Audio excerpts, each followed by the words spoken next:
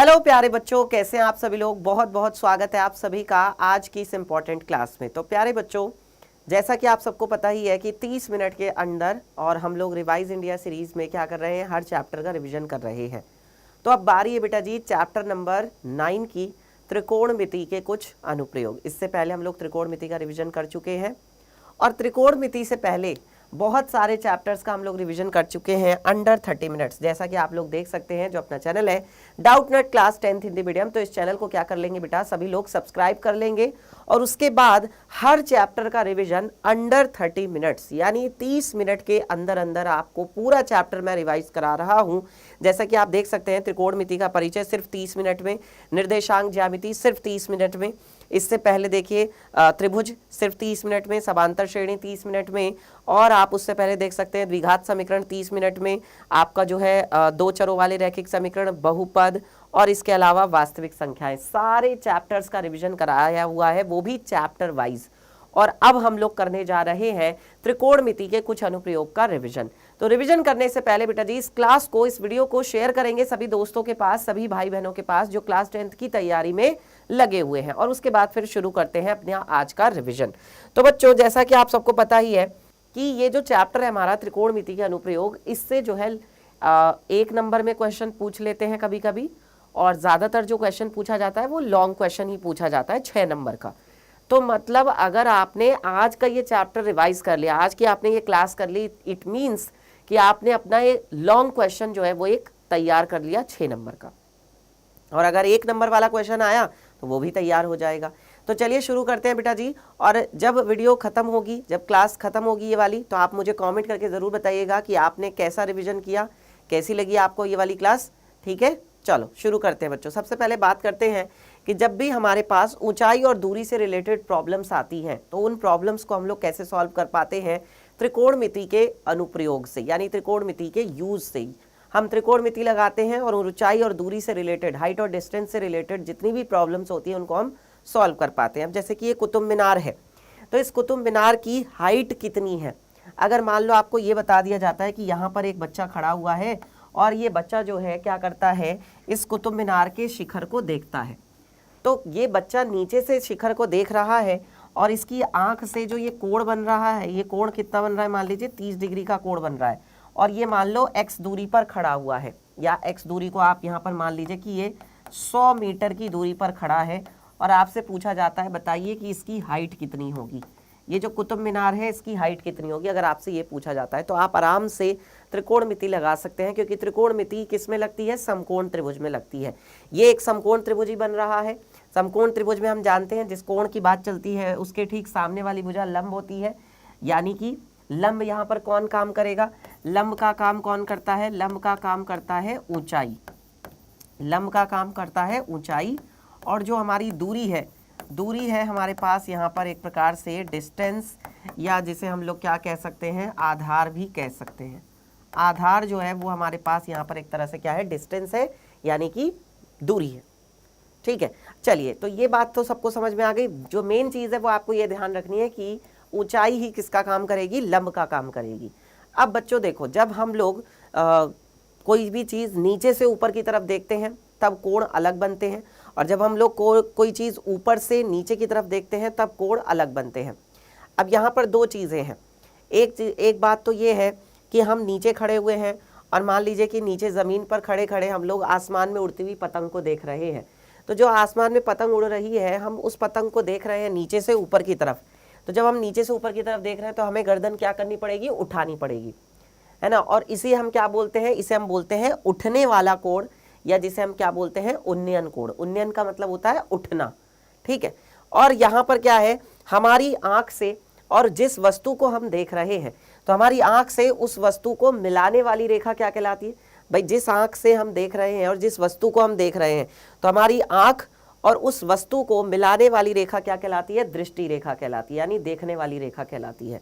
और सेम चीज क्या है, जब हम ऊपर से नीचे की तरफ किसी वस्तु को देखते हैं, मान लीजिए कि आप घर की छत पर खड़े हैं और नीचे कोई गेंद पड़ी हुई है, नीचे कोई बॉल पड़ी हुई है, और आप ऊपर से नीचे की तरफ ऐसे देखते हैं, तो जब आप ऊपर से नीचे की तरफ ऐसे देखते हैं तो आपको क्या दिखता है, आपको क्या नजर आता है कि भाई ये नीचे की तरफ है, मतलब आपने क्या किया है, गर्दन को झुकाया है, क्योंकि अगर आपको बॉल देखनी थी तो आपने क्या किया, आपने अपनी गर्दन को ऐसे नीचे झुकाया। तो इसे हम क्या बोलते हैं, झुकने वाला कोण बोलते हैं, यानी कि अवनमन कोण बोलते हैं। अवनमन का मतलब क्या होता है, अवनमन का मतलब होता है झुकना, यानी कि एंगल ऑफ डिप्रेशन। अवनमन का मतलब क्या होता है, झुकना, झुकना मतलब कि एंगल ऑफ डिप्रेशन। और ये क्या कहलाता है, एंगल ऑफ एलिवेशन, यानी कि उठने वाला कोण, उन्नयन कोण। इसके लिए भी वही सेम चीज रहेगी कि जो आपकी आंख है और जो वस्तु है, आपकी आंख से वस्तु को मिलाने वाली रेखा क्या कहलाती है, दृष्टि रेखा कहलाती है, क्षैतिज रेखा होती है। ये दो चीजें हैं, क्योंकि दृष्टि रेखा की कई बार परिभाषा पूछ ली जाती है। अब आपसे पेपर में सवाल कैसे पूछा जाएगा, कुछ इस तरीके से सवाल पूछते हैं, जैसे कि हमारे पास क्वेश्चन है, क्या कह रहे हैं, चित्र में बिंदु ओ का बिंदु ए तथा पी से देखने पर अवनमन कोण की माप होगी। अगर हम ए से देखते हैं और हम पी से देखते हैं तो देखो अवनमन कोण, अवनमन कोण कहाँ से बनता है, ऊपर से बनता है। अब उसके लिए हमें यहाँ पर क्षैतिज रेखा बनानी पड़ेगी। देखो ये क्षैतिज रेखा हो जाएगी, सेम ऐसे ही यहाँ पर ये क्या हो जाएगी, क्षैतिज रेखा हो जाएगी। तो हम जानते हैं कि जो उन्नयन कोण होता है वो किसके बराबर होता है, अवनमन कोण के बराबर होता है। यानी अगर मुझे ये अवनमन कोण पता लगाना है तो ये किसके बराबर होगा, ये इस कोण के बराबर होगा। ठीक है, अब देखो जो ए से देखने पर कोण है वो कितना है भाई, ये वाला कोण आपको कितना दिया है, 45 डिग्री दिया हुआ है, यहाँ से इतना, यानी कि जो ये ए वाला है तो ए वाला तो कितना हो जाएगा, 45 डिग्री हो जाएगा। लेकिन बच्चों देखो अगर मैं पी से देखने वाले के लिए बात करूं तो ये इतना कोण हमें नहीं पता है कि कितना है, ये हमें कोण निकालना पड़ेगा। हम जानते हैं कि ये वाला कोण कितने डिग्री है, 90 डिग्री है, क्योंकि ये समकोण त्रिभुज है। और ये वाला कोण आपको 60 डिग्री दिया हुआ है। एक त्रिभुज के तीनों कोणों का जोड़ कितना होता है, 180 होता है। तो जब त्रिभुज के तीनों कोणों का जोड़ 180 होता है, उसमें से एक 90 हो गया, एक 60 हो गया, तो ये तीसरा कोण कितना आएगा, एक 90 दूसरा 60, तो तीसरा हो जाएगा 30। इसका मतलब जब ये 30 है तो ये वाला भी कितना होगा, 30 होगा। यानी कि ए से देखने पर कोण 45 है और पी से देखने पर कोण 30 है। तो इसका मतलब आंसर होगा 45 और 30। 45 पहले लिखा जाएगा, 30 बाद में लिखा जाएगा। 45 आएगा पहले और 30 आएगा बाद में। इसका मतलब आपका आंसर होगा ये वाला, ऑप्शन नंबर बी, 45 और 30 डिग्री। देखो 30 और 45 भी दिया हुआ है ऑप्शन में तो बेटा, लेकिन ये सही नहीं होगा, क्योंकि पहले ए लिखा हुआ है फिर पी लिखा हुआ है, इसलिए हमने पहले ए वाला कोण लिखा फिर पी वाला कोण लिखा, पहले 45 और फिर 30 डिग्री। ठीक है, क्योंकि उन्नयन कोण अवनमन कोण के बराबर होता है। और ये बराबर कैसे होता है हम जानते हैं, क्योंकि बच्चों ये कैसी रेखा है, ये दोनों रेखाएं एक दूसरे के समांतर होती हैं। और जब ये दोनों समांतर रेखाएं हैं तो ये कौन से कोण होते हैं, ये होते हैं आपके एकांतर कोण। कौन से कोण होते हैं, ये एकांतर कोण। जो उन्नयन अवनमन कोण होते हैं वो एकांतर कोण ही तो होते हैं। ये अवनमन कोण हो गया, ये आपका अवनमन है। और अगर नीचे से देखते हो तो नीचे से देखने पर यही आपका उन्नयन है, और उन्नयन कोण अवनमन कोण के बराबर होता है, इसलिए दोनों आपस में क्या हो जाएंगे, बराबर हो जाएंगे। सिंपल सी चीज़ है। चलिए आगे बढ़ते हैं।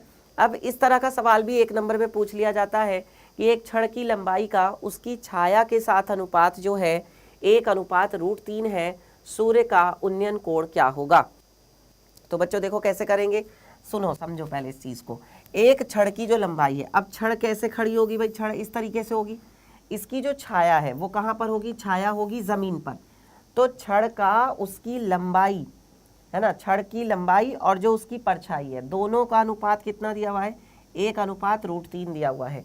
अगर मैं मान लेता हूँ कि जो उसकी छड़ की लंबाई है, क्योंकि 1 दिया हुआ है तो x गुणा में 1 ले लेते हैं अनुपात के हिसाब से। तो फिर बेटा जी √3 दिया हुआ है उसकी परछाई के लिए, यानी कि इसको हम क्या लिख सकते हैं, x गुणा में √3 लिख सकते हैं, है ना।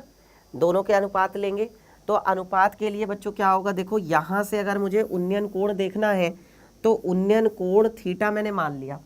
तो उन्नयन कोण के लिए देखो ये क्या है, लंब है, ये क्या है, आधार है।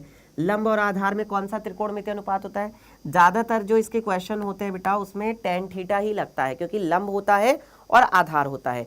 और लंब बटे आधार हमारे पास क्या हो जाता है, लंब बटे आधार, लंब बटे आधार। तो लंब बटे आधार हमारे पास क्या हो जाएगा, लंब बटे आधार हमारे पास हो जाएगा tan थीटा। अब यहाँ पर लंब कितना है, देखो x गुणा 1 है और आधार कितना है हमारे पास, x गुणा में √3 है, और ये किसके बराबर होगा, tan थीटा के बराबर होगा। तो यहाँ से बच्चों क्या हो जाएगा, देखो x से x कट जाएगा मतलब 1/√3 बराबर कितना आएगा, tan थीटा आएगा। अब आप मुझे बताइए tan थीटा में 1/√3 कौन से कोण का मान होता है? तो tan थीटा में जो 1/√3 मान होता है वो tan 30 डिग्री का होता है। tan थीटा में 1/√3 मान किसका होता है? tan थीटा का होता है। इसका मतलब थीटा बराबर कितना आ गया? थीटा बराबर आ गया आपके पास 30 डिग्री। थीटा कितना आ जाएगा? 30। तो इसका मतलब आपका ऑप्शन नंबर ए सही है, 30 डिग्री आपका विकल्प सही हो जाएगा। चलिए इसके बाद बच्चों आगे बढ़ते हैं और हम लोग बात करते हैं कि और जो 6 नंबर के प्रश्न आते हैं वो किस तरीके के आते हैं। तो देखिए 6 नंबर का सवाल है। 6 नंबर के सवालों में होता क्या है, 3 नंबर का डायग्राम होता है और 3 नंबर की क्या होती है, कैलकुलेशन होती है, तब जाके आपके 6 नंबर बनते हैं। तो diagram is very very most important, बहुत ज़्यादा इम्पॉर्टेंट है डायग्राम। तो डायग्राम बहुत ध्यान से बनाना है सभी को। जैसे सवाल में कह रहे हैं कि एक बहुमंजिला भवन है, बहुमंजिला जिसमें बहुत सारी मंजिलें हैं, जिसमें बहुत सारी क्या है, लेवल्स हैं, या कह सकते हैं कि फ्लोर है ना। तो एक बहुमंजिला भवन है, उसके शिखर से देखने पर, शिखर मतलब कि सिर से देखने पर, तो एक बहुमंजिले भवन के शिखर से देखने पर एक 10 मीटर ऊंचा भवन, एक बहुमंजिला भवन है, इसमें बहुत सारी मंजिल हैं, और एक 10 मीटर ऊंचा भवन है, जैसे ये मान लेते हैं। तो जब हम इसके शिखर से इसके शिखर को देखते हैं, यही तो कहा जा रहा है, एक बहुमंजिले भवन के शिखर से देखने पर क्या होता है, हम इसके शिखर से इसके शिखर को देख रहे हैं। देखो यही तो यहाँ पे लिखा हुआ है कि एक बहुमंजिले भवन के शिखर से देखने पर एक 10 मीटर ऊंचे भवन के शिखर और तल। अब इसके बाद यहीं से ही आप क्या करते हो, इसी के शिखर से इसके तल को भी देखते हो। दोनों जो भवन होंगे वो कहाँ पर होंगे, जमीन पर होंगे, हवा में तो होंगे नहीं बेटा। दोनों के दोनों भवन कहाँ पर होंगे, दोनों के दोनों भवन जो है वो जमीन पर होंगे, यानी कि दोनों ऐसे होंगे जमीन पर, बिल्कुल क्षैतिज रेखा में, जैसे आपको यहाँ पर दिख रहा है कि दोनों कहाँ पर होंगे, ये दोनों जो है यहाँ पर नीचे जमीन पर होंगे। तो जब हम इस बहुमंजिले भवन के शिखर से यानी ए से कहाँ पर देखते हैं, हम इसके शिखर को देखते हैं और हम इसके तल को देखते हैं, तल यानी कि पैरों को देखते हैं। तो जो अवनमन कोण है वो कितने कितने आता है, अवनमन कोण कितना कितना आ रहा है यहाँ से देखने पर, बताओ ये अवनमन कोण कितना कितना आ रहा है भाई। ये जो अवनमन कोण है पहले वाले का कितना है, ऊपर वाले का है 30 और नीचे वाले का कितना है, नीचे वाले का है 45, क्योंकि उसके लिए गर्दन ज़्यादा झुकानी पड़ेगी। नीचे देखने के लिए हमें गर्दन ज़्यादा झुकानी पड़ेगी, ये तो थोड़ा ऊपर है, इसको देखने के लिए हमें उतनी ज़्यादा गर्दन नहीं झुकानी पड़ेगी। ठीक है, तो यहाँ तक बन गया डायग्राम। अब क्या बोल रहे हैं, बहुमंजिले भवन की ऊंचाई ज्ञात कीजिए। तो बहुमंजिले भवन की हम ऊंचाई क्या मान लेते हैं, यहाँ से लेके यहाँ तक बहुमंजिले भवन की ऊंचाई हम मान लेते हैं कैपिटल H। और जो ये छोटा वाला भवन है इसकी ऊंचाई कितनी है, इसकी ऊंचाई दी गई है 10।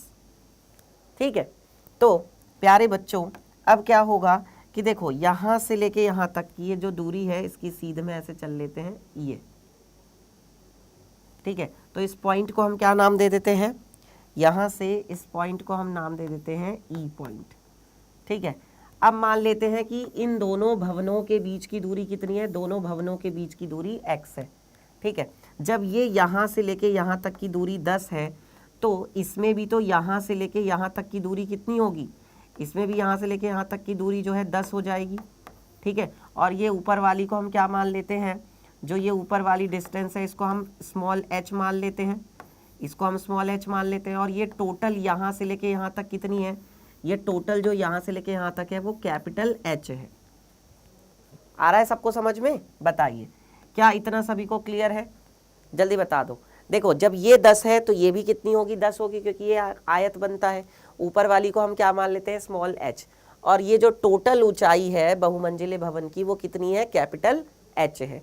ठीक है, तो हम यहाँ पर लिख लेते हैं, माना बहुमंजिले भवन की ऊंचाई, माना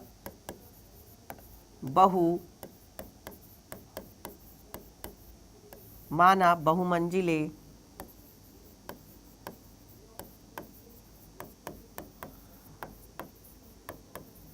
भवन की ऊंचाई, माना बहुमंजिले भवन की ऊंचाई कितनी है, बताओ जल्दी से। तो हमने मान लिया कि जो बहुमंजिला भवन है उसकी ऊंचाई कितनी है बच्चों, बताओ फटाफट से। कैपिटल H तथा दोनों भवनों के बीच की दूरी, दोनों भवनों के बीच की दूरी क्या है, x है। तब सबसे पहले कौन सा त्रिभुज ले लेते हैं, सबसे पहले जो है ये छोटा वाला त्रिभुज ले लेते हैं। अच्छा देखो, हमें पता है कि जो उन्नयन कोण होता है वो अवनमन कोण के क्या होता है, बराबर होता है। जितना उन्नयन कोण होगा उतना ही क्या होगा, अवनमन कोण होगा। अगर ये वाला कोण 30 डिग्री है तो फिर ये वाला कोण भी कितना होगा, 30 डिग्री होगा। अगर ये वाला कोण 45 डिग्री है, इसका मतलब ये वाला कोण भी कितना हो जाएगा, 45 डिग्री हो जाएगा, क्योंकि उन्नयन कोण अवनमन कोण के क्या होता है, बराबर होता है। ठीक है, तो प्यारे बच्चों यहाँ पर हम क्या ले लेते हैं, छोटा वाला त्रिभुज लेते हैं। छोटे वाले त्रिभुज का नाम क्या है, AEC। छोटे वाले त्रिभुज का नाम है AEC। तो त्रिभुज AEC में क्या हो जाएगा, देखो ये आपका क्या है, लंब, और ये आपका क्या है, आधार। क्योंकि हमें जिस भुजा से मतलब है हम वही अनुपात देखेंगे। मेरे को कर्ण भुजा से कोई मतलब नहीं है यहाँ पर। मुझे किससे किस चीज़ से, कौन सी भुजा से मतलब है, केवल ये वाली जो भुजा है। ठीक है, और दूसरा जो ये वाली भुजा है। तो ये आपका क्या है, ये आपका यहाँ पर आधार है, और ये आपका यहाँ पर क्या है, लंब है। इसका मतलब लंब में और आधार में, लंब और आधार में कौन सा अनुपात होता है। तो बेटा जी हमारे पास लंब है यहाँ पर क्या, लंब है हमारे पास यहाँ पर AE, और आधार है हमारे पास यहाँ पर CE। लंब बटे आधार, लंब बटे आधार क्या होता है, बता दो। लंब बटे आधार क्या होता है, लंब बटे आधार होता है बच्चों tan थीटा। लंब बटे आधार tan थीटा होता है ना, तो थीटा कितना है यहाँ पर, थीटा है यहाँ पर tan 30 डिग्री। सही है। अब देखिए AE कितना है हमारे पास, स्मॉल h, CE कितना है हमारे पास, x, और tan 30 का मान होता है 1/√3। अब ये हमें बस सॉल्व करना है। ठीक है, तो जब अब हम यहाँ से जब आगे बढ़ेंगे तो h बराबर कितना आ जाएगा, x बटे में √3 आ जाएगा। ये हो गई हमारे पास समीकरण नंबर 1। ठीक है, अब देखते हैं बच्चों यहाँ पर जो बड़ा वाला त्रिभुज है, कौन सा, AB और D, त्रिभुज ABD में। तो त्रिभुज ABD में क्या होगा, त्रिभुज ABD में हमारे पास क्या हो जाएगा, देखो A से लेकर B तक, AB क्या हो जाएगा, लंब हो जाएगा। AB लंब है और BD क्या है, आधार। AB बटे में BD, AB है लंब और आधार क्या हो जाएगा, BD हो जाएगा। AB बटे BD यानी कि लंब बटे आधार, लंब बटे क्या हो जाएगा, आधार हो जाएगा। लंब बटे आधार क्या होता है, लंब बटे आधार होता है tan थीटा। लंब बटे आधार क्या होता है, tan थीटा, और थीटा कितना है आपके पास यहाँ पर, 45 डिग्री। अब की बार कोण क्या हो चुका है बड़े वाले के लिए, 45 डिग्री। तो इसमें क्या आएगा, देखो ये आ जाएगा आपका H+10, ये दोनों इसमें जुड़ जाएगा, H+10 और बटे में BD कितना है हमारे पास, x। tan 45 का मान होता है 1, यानी H+10 बराबर कितना आएगा, x आ जाएगा। H+10 किसके बराबर है, x के बराबर है, x की इधर गुणा हो गई। h का मान आप यहाँ समीकरण 1 से भी उठा करके रख सकते हैं, क्योंकि हमें तो h का ही मान निकालना है ना। तो x का तो हमें निकालना नहीं है, तो यहाँ से अगर x का मान निकालो तो कितना आएगा, इसको आप ऐसे भी लिख सकते हो। देखो x बराबर क्या लिख सकते हो आप, इसको यहाँ आ जाओ। देखो अगर x का मान निकालोगे तो क्या आएगा, x बराबर आएगा h√3, x की इधर गुणा और √3 की इधर गुणा हो जाएगी। तो x बराबर कितना हो जाएगा, h√3। अब ये जो x का मान है वो आप यहाँ पे रख दो। ये क्या है आपकी, ये आपकी समीकरण नंबर 2 है। तो हम यहाँ पे लिखते हैं समीकरण 1 से, कहाँ से, समीकरण 1 से। तो बताइए कितना आ जाएगा यहाँ पर, देखो H+10 और बराबर क्या हो जाएगा, h√3 हो जाएगा। यानी कि h√3 माइनस h बराबर कितना आएगा, 10। अब दोनों में से क्या कॉमन ले सकते हैं, h कॉमन ले सकते हैं, तो ये बन जाएगा √3 माइनस का 1 बराबर कितना, 10। अब देखो h बराबर कितना आ गया, 10 बटे में √3 माइनस का 1। एक काम करते हैं, √3 + 1 से ऊपर नीचे गुणा कर देते हैं, तो ये हो जाएगा 10 बटे में √3 माइनस 1, गुणा करेंगे किससे, √3 + 1 से गुणा करेंगे ऊपर भी, और √3 + 1 से गुणा करेंगे नीचे भी। बेसिकली हम यहाँ पे क्या कर रहे हैं, परिमेयकरण कर रहे हैं। परिमेयकरण करने पर h बराबर कितना आ जाएगा, देखो ये हो जाएगा आपका 10 अंडर रूट के अंदर √3 + 1 और बटे में a - b a + b यानी क्या होगा a² - b², यानी h बराबर कितना आ जाएगा 10 √3 + 1, √3 का वर्ग 3 हो गया, 3 में से 1 गया तो कितना आएगा 2, तो 10 √3 + 1 और 3 में से 1 गया तो आया 2, 2 से 10 कटेगा कितना आ जाएगा 5 आ जाएगा, यानी h बराबर कितना आ जाएगा 2 पंजे 10, 5 √3 + 1, यही आएगा ना 2 पंजे 10, 2 से 10 को काट दिया 2 पंजे 10, तो 5 √3 + 1। अब आप यहाँ पे √3 का मान रख सकते हो, √3 का मान होता है 1.732 + 1, है ना, तो यानी h बराबर कितना आ गया 5 गुणा में इसको जोड़ेंगे तो ये आएगा 2.732 और जब गुणा करेंगे तो कितना आ जाएगा h बराबर आ जाएगा, देखो 5 दूनी 10 की 0 हासिल लगा 1, 5 तिया 15 16 का 6 हासिल लगा 1, 5 सत्ते 35 और 36 का 6 हासिल लगा 3 और 5 दूनी 10, 10 और 3 कितना हो गया 13, यानी कि 13.660, ये आ गया आपके पास h का मान। अब अगर हमें क्या निकालना है, हमें तो कैपिटल H बताना था, तो कैपिटल H क्या है आपके पास h + 10, यानी कि इसी में आप जोड़ दो 13.66 में 10 जोड़ेंगे तो ये कितना आ जाएगा 13 10 23, 23.66 मीटर, ये है उस बहुमंजिले भवन की ऊंचाई। एक बार कैलकुलेशन ज़रूर चेक करें, सभी बच्चे एक बार कैलकुलेशन ज़रूर चेक करें, ठीक है। चलिए एक और क्वेश्चन देखते हैं इसी में, जो ज़्यादातर कई बार पूछा भी गया है और बहुत छोटा सा क्वेश्चन है। भूमि पर स्थित एक बिंदु से एक चिमनी का उन्नयन कोण 60 डिग्री है। देखो एक आपके पास क्या है चिमनी है और भूमि पर स्थित एक बिंदु से, हमारे पास भूमि पर एक बिंदु है, इसको बिंदु P मान लेते हैं। इस चिमनी का जो उन्नयन का मतलब क्या होता है उठने वाला, यानी यहाँ से यहाँ जो ये उन्नयन कोण है कितने डिग्री है, क्योंकि ये भूमि पर है बिंदु तो ये उन्नयन कोण आपको दिया है 60 डिग्री। वो बोल रहे हैं यदि चिमनी के पाद से मतलब पैरों से यहाँ से बिंदु की दूरी कितनी है 25 मीटर, ये दूरी आपको 25 मीटर दी गई है, ये वाली ये दूरी आपको 25 मीटर दी गई है, तो वो बोल रहे हैं चिमनी की ऊंचाई क्या होगी। चिमनी की ऊंचाई हम यहाँ पर मान लेते हैं h है, तो क्या लिखेंगे माना चिमनी की ऊंचाई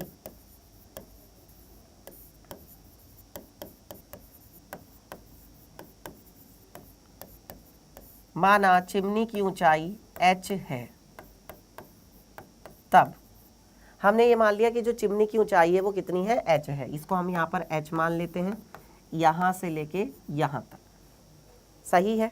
अब देखो इसको हम मान लेते हैं कि जो ये आपका चिमनी है इसको हम बोल देते हैं A, इसको हम बोल देते हैं B और ये आपका P है ही है। तो बच्चों देखो ये क्या है आधार और वो क्या है लंब और आधार में कौन सा अनुपात होता है, अगर मैं बात करूं त्रिभुज ABP में लंब बटे आधार, लंब क्या है AB, आधार क्या है BP, तो लंब बटे आधार क्या हो जाएगा, लंब बटे आधार हो जाएगा tan थीटा, और थीटा कितना है यहाँ पर, थीटा आपके पास यहाँ पर है 60 डिग्री, लंब बटे आधार क्या हो जाएगा tan थीटा, यानी कि tan 60 डिग्री। तो AB कितना है आपके पास, AB है आपके पास h और BP कितना है आपके पास 25 और tan 60 का मान कितना है, tan 60 का मान है √3, तो यानी कि h बराबर कितना आएगा 25 √3। अब आप यहाँ पे √3 का मान रख सकते हैं, तो यानी h बराबर आ जाएगा 25 गुणा 1.732, ठीक है, यानी h बराबर कितना हो जाएगा 25 दूनी 50 की 0 हासिल लगा 5, 25 तिया 75, 75 और 5 कितने हो गए 80 की 0 हासिल लगा कितना 8, 25 सत्ते 25 छक्का 150, सत्ते 175, 175 जब जोड़ेंगे इसमें कितना आएगा 8 5 13 का 3 हासिल को 1, 7 और 1 8, 183 का 3 हासिल लगा कितना 18 और 25 एकम 25, तो इसमें क्या जोड़ दो 18 जोड़ दो, यानी 8 5 13 का 3 हासिल लगा 1 2 और 1 3 और 1 4, ये आ जाएगा आपके पास 43.300 मीटर, ये है उस चिमनी की ऊंचाई। तो इस तरीके से बेटा जी आप लोग सॉल्व कर सकते हैं।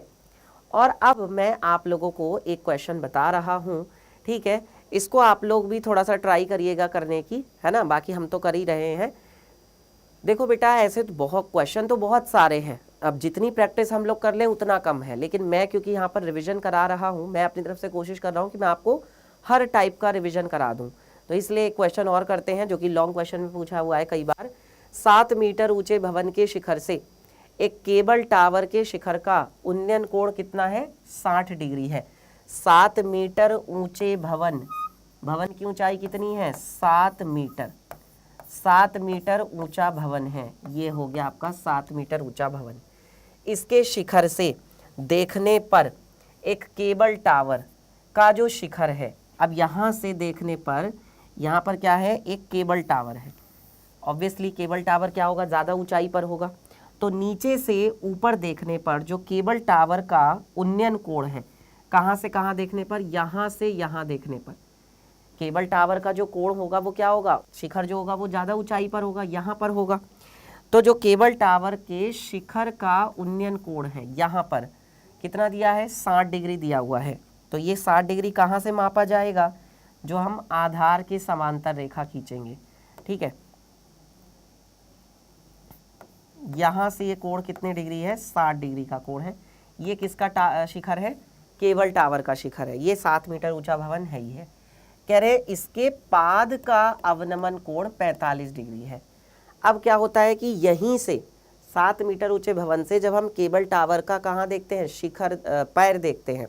पाद मतलब क्या है बेटा जी? पाद का मतलब है पैर। जब हम यहीं से इसके पैरों को देखते हैं तो पैरों का अवनमन कोण कितना आता है? पैरों का जो अवनमन कोण है वो है आपका 45 डिग्री। ये क्योंकि ऊपर से देख रहे हैं तो 45 डिग्री होगा। वो बोल रहे हैं टावर की ऊंचाई ज्ञात कीजिए। टावर की ऊंचाई मैं मान लेता हूं कितनी है? h है।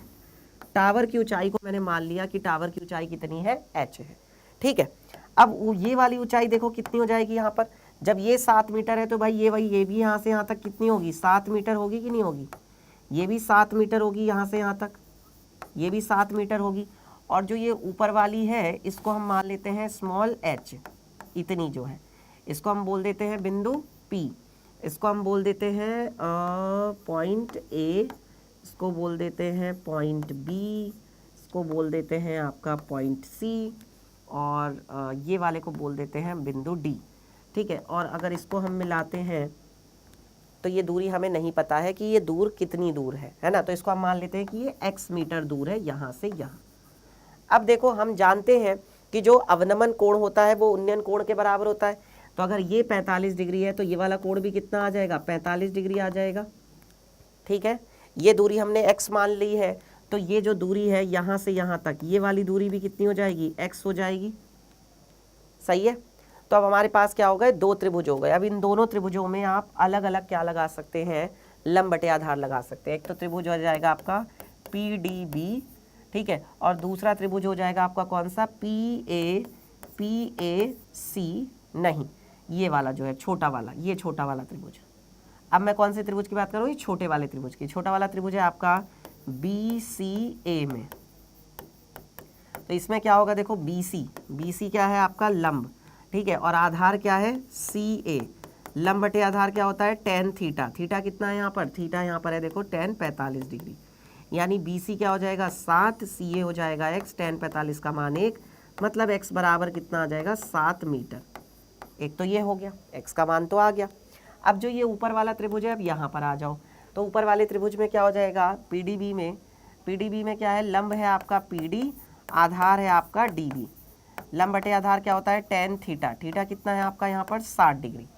तो बच्चों देखो PD कितना है? h, और DB कितना है? x। tan 60 का मान होता है √3। हम जानते हैं देखो x का मान कितना आ रहा है? 7।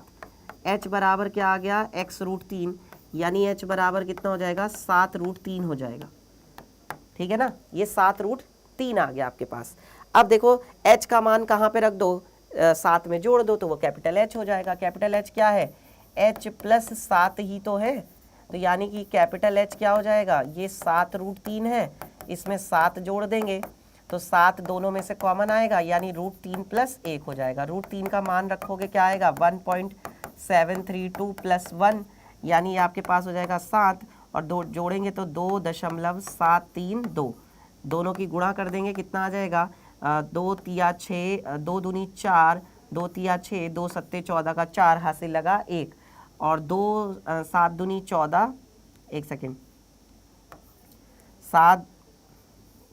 7 दूनी 14 का 4 हासिल लगा 1, 7 तिया 21, 21 और 1 क्या हो गया 22 का 2 हासिल लगा 2, 7 सत्ते 49, 49 और 2 हो गया 51 यानी कि 5, और 7 दूनी 14, 14 और 5 कितने हो गए 19, 19 दशमलव कितना आ जाएगा 124 मीटर। ये आपका क्या हो जाएगा आंसर उस बहुमंजिले केबल टावर की ऊंचाई। एक बार चेक कर लेना बेटा जी, गुणा जो है सही की है या नहीं, एक बार आप लोग ज़रूर चेक कर लें। तो प्यारे बच्चों, मुझे लगता है कि आप सभी को यहाँ तक अच्छे से समझ में आ गया होगा, और अगर आज की ये क्लास आप लोगों को अच्छी लगी है बेटा जी तो लाइक ज़रूर करें और मुझे कमेंट करके बताएं कि आज का ये रिवीजन आप लोगों को कैसे लगा। मैं मिलूंगा आपसे अगली क्लास में, और अगली क्लास में हम लोग वृत्त वाले चैप्टर का नेक्स्ट चैप्टर का रिवीजन करेंगे। तब तक के लिए बाय बाय, टेक केयर।